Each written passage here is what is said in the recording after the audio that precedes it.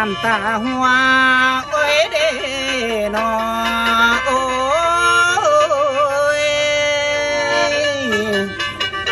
พ่อแม่เอ๋ยเห็นแต่เมฆก็กลัวจากเมืองบ้านนั้นอยู่ใส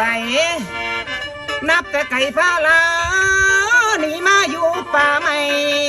กินหัวเพื่อคอยมันอัศจรรย์ลั่นโทษเวทนาแสนสัน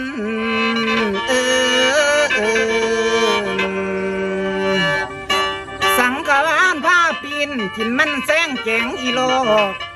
ออกจากวังมานั่งคุมอยู่หน้าน้อยกระทอมเทียง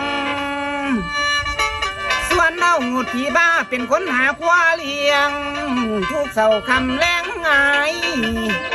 หากลูกชายพ่อปันตาบ่จมปุ่มพำหาย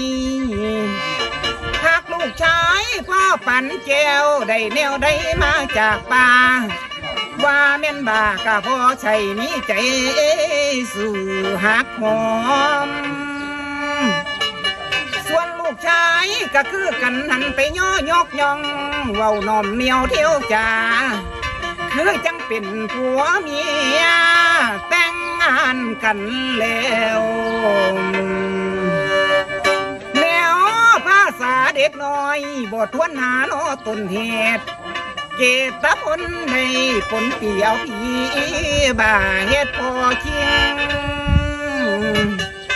คำนางเอ๋ยมือจังมึงลูกนอนเม็ดอิงติงได้ลิงเบิ่งอนาคตเกิดสลดในสวงอาณาใจเตเดป่าจนน้ำตาเลี้ยนย้อยลูกคนเดียวบ่มีพอน้ำตาทำมาได้นอนนิ่งบ่มีติงมีเนาช่างยามอยู่กับเราเฮ็ดโฟโบนอเพเบคือผีบ้าอยู่บนเลยคือผีบ้าจากอุบลคนเอ่ยคน